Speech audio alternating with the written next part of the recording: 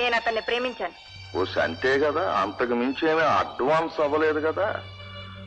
పర్వాలేదులే, ఒకళ్ళని ప్రేమించి ఇంకొకళ్ళని పెళ్లి చేసుకున్నా పతివ్రత క్వాలిటీకి ఏం భంగం ఉండదు. అసంభవం. సావులైనా చస్తాను గాని సత్యంభావం తప్ప మరొకరిని చేసుకోను. ఆగాగు, అంత ఆవేశపడమోక. దీనికి సాగు బతుకుల దాకా ఎందుకు? సమస్యల్ని శాంతియుతంగా పరిష్కారం చేసుకోవాలా. ప్రేమించినోడ్నే పెళ్లి చేసుకోవాలన్న ఫిలాసఫీని ఒప్పుకున్నా ఇందులో చిన్న లిటిగేషన్ ఉంది.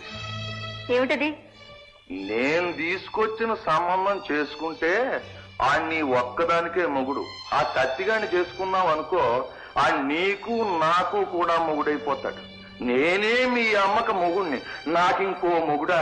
వేళాకోళం కాదు, యమ సీరియస్ గా చెప్తున్నాను. ఏం గొంతు చించుకుని అరిసి గంతులే లేదనా? అది మన ఫిలాసఫీ కాదు, మనదంతా శాంతియుత